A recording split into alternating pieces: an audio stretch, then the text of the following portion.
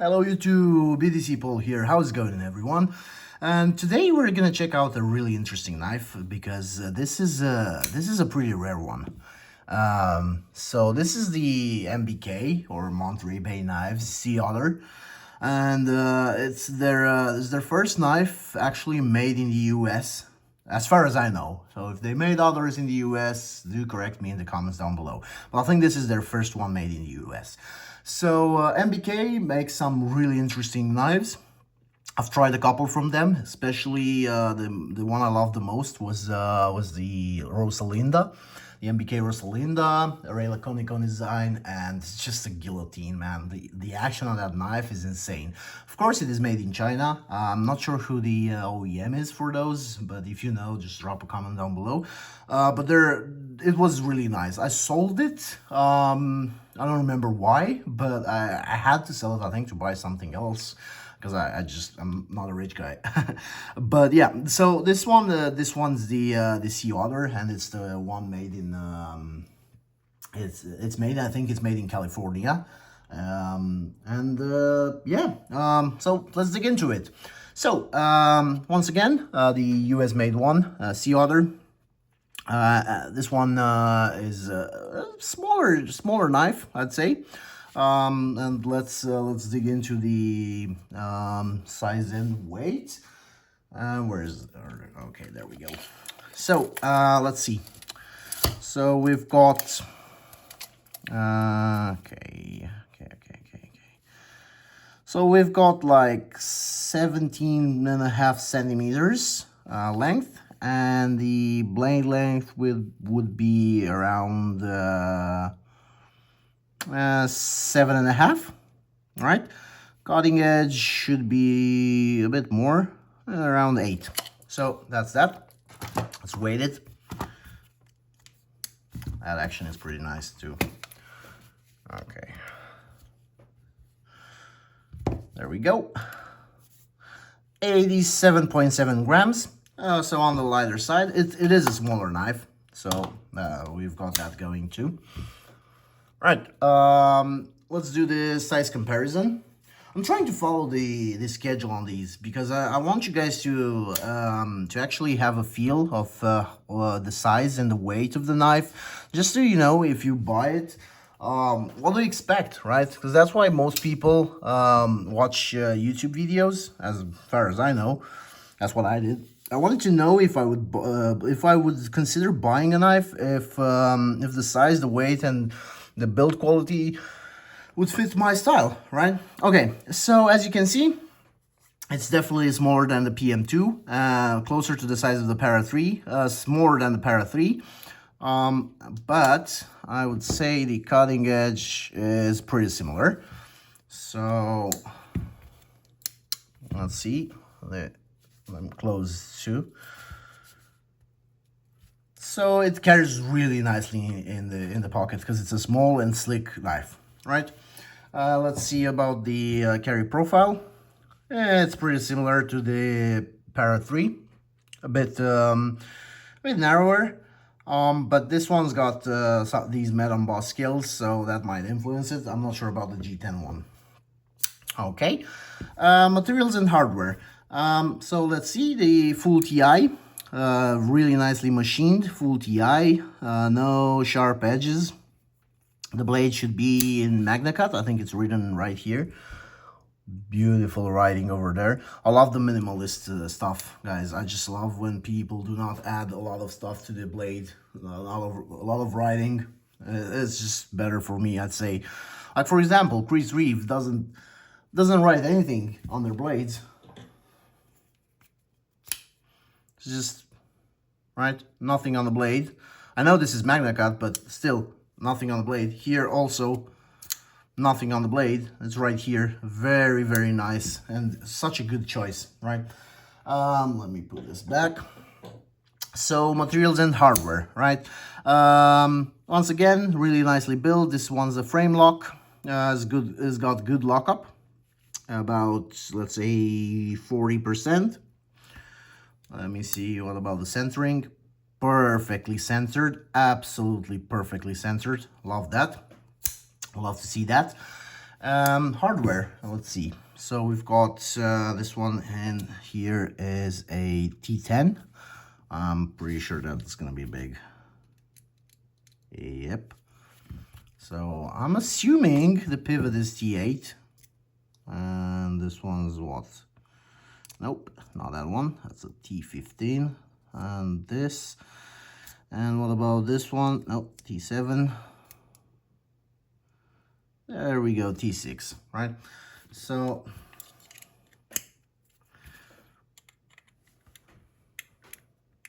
yep, T8 for the pivot. And these should be... I'm trying not to scratch stuff either. And these should be T6. Yep. So the other two screws here, it's got a minimalist design anyway. The other two screws are T6. The pivot is T8. I would have preferred these to be T8 too, but I mean, it's nothing I can control. So once again, that's the hardware. Build quality, it's very nicely built, precise machining, very, very slick, no sharp edges at all. The jimping here feels nice. Yep, definitely feels nice. It's got grip. The blade is also very, very beautifully made. I like the thicker stock. I like thicker stock knives. It's got a nice hollow grind. And overall, a nice build quality, no linear hole, nothing. So I would say this is a minimalist design, and I love it. And it carries so nicely in the pocket, guys. It just disappears there. It's not very heavy either. But man, the way it carries is just such a good EDC knife. I would say it's great for EDC. All right, pocket clip, very, very nice also. Good tension. Very good tension. Not reversible, so lefties, I'm sorry, it's not gonna work out for you guys, but for me, I deploy them with my right hand and I use them with my left hand, so that's gonna be fine. The grip is also really good. Yeah, definitely nice. You can also choke up, you can hold it like this for precision cuts, very, very good. So overall, I would say the build quality and the pocket clip are pretty good. Blade shape and steel. The blade shape is pretty common, standard. What's this? It's a drop point. Is it a drop point? And I don't know. Comment in the section down below. I always confuse those those blade shapes, guys. I'm just not good at it. I swear to God, I always confuse them. I know that the big different ones, right? But the ones that are most common and like have the very, very similar shape, they just confuse me. So comment down below if you know this what the blade shape is, if it's not drop point. My bad. But it's pretty pokey. It's got a nice factory edge on it. Very sharp from the factory. Once again, Magna Cut, great all-around steel. I love it. Most of my knives are in Magna Cut, not because of the hype, but because of the fact that the Magna Cut is in the middle. So Magna Cut is just good. Good edge retention, good corrosion resistance, and also good toughness. So it's right in the middle, and it's perfect for what I want it to do, right? Let's go to the next category, which is ease of deployment. So you've got thumb studs. You've got good access to the thumb stud. Very good access to the thumb stud. You can slow roll it and it's got a really nice lockup. Definitely nice. And you can flick it out and it goes pretty cool. You can also spidey flick it. The other thumb stud is positioned well and you've got good access to it. So it's going to be right here and it goes really nice. Ease of disengagement, right? So I would say 9 out of 10 for deployment, just because the thumb studs are a bit sharp. Disengagement, good access, really good access to the lock bar, as you can see. For lefties, not going to be easy, but for a right-handed person, very good access. And the action is also very, very good. Just because it's running on bearings, I think. Yep. and look at it, it's gonna be drop shot. Oh, and I love, because the blade is a bit heavy. I love the fact that when you shake it, right? Some people just shake the knife, right, and it drops there. And if you do that, if you do it fast, in general, some knives are gonna, the blade is gonna bounce back a bit, right? On this one, you just shake it closed and it closes, and it's very very nice, and it's so satisfactory, man. Like, yeah. So ease of disengagement, 9 out of 10 also. Okay, now we are coming out, we're getting to the part where, where the category where we've got a bit of an issue. So price and value. As I said, this knife is pretty hard to find. It's made in the US, but I mean, they're very hard to find in Europe. So I think this is like, they're on their website, it's like $400, but nobody's gonna sell theirs for $400. They haven't made a lot of these. I'm sorry, and they sell out fast. So you're gonna overpay for it. They're very hard to find, especially in Europe, as I said. So this one was like almost $600, which is insane for a knife like this, for what it offers. I mean, okay, I get it. It's made in the US, and I enjoy that on every knife. But man, this knife, this is not worth $600, guys. Like, it feels to me more like a $350 knife. So I just don't think, guys. I just don't think it's worth the amount of hype and the money. It's a very nice knife. I love it, and the best things about it are the carry profile, the action, and the overall build quality, because it is small, but it's very well built and it feels good in hand. It's got a bit of heft, and it looks and feels almost like a small tank. I don't know, guys. I'm just, no blade play, by the way. But guys, I don't think this is worth the money. These are on the hype train, and I think that's why they're a bit more expensive, right? Okay, next, who's it for? For people that want to try out a rare knife, for people who like minimalist stuff. I would say there are several better options out there for a knife in this price range.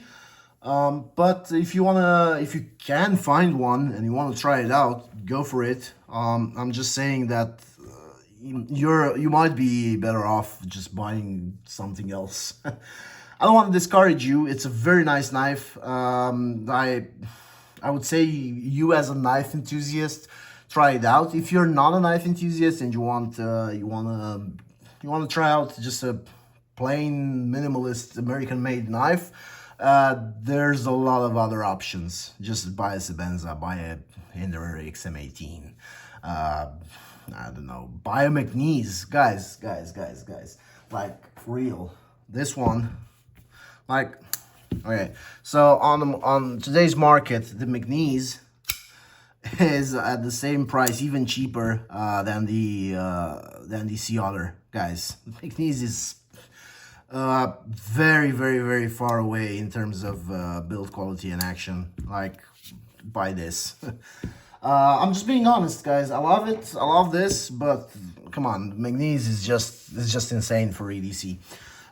So yeah, who's it for? It's for knife enthusiasts. This one also, minimalists, knife enthusiasts. Got beautiful finish, very well made, but once again a bit too expensive for what I'd say this one would be worth it.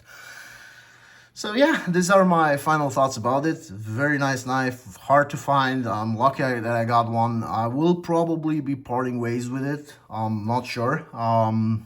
But yeah, it's a good one. It's a good one, guys. Expensive, yes. Worth it, I wouldn't say so, but definitely a good knife. So thank you very much for watching. I really appreciate you guys. Thank you for being here. If you've watched this, the whole video, I definitely thank you so much. And leave a comment down below if you did. just for other knife people out there, recommend a $400 knife or a $500 knife that you would suggest instead of this one.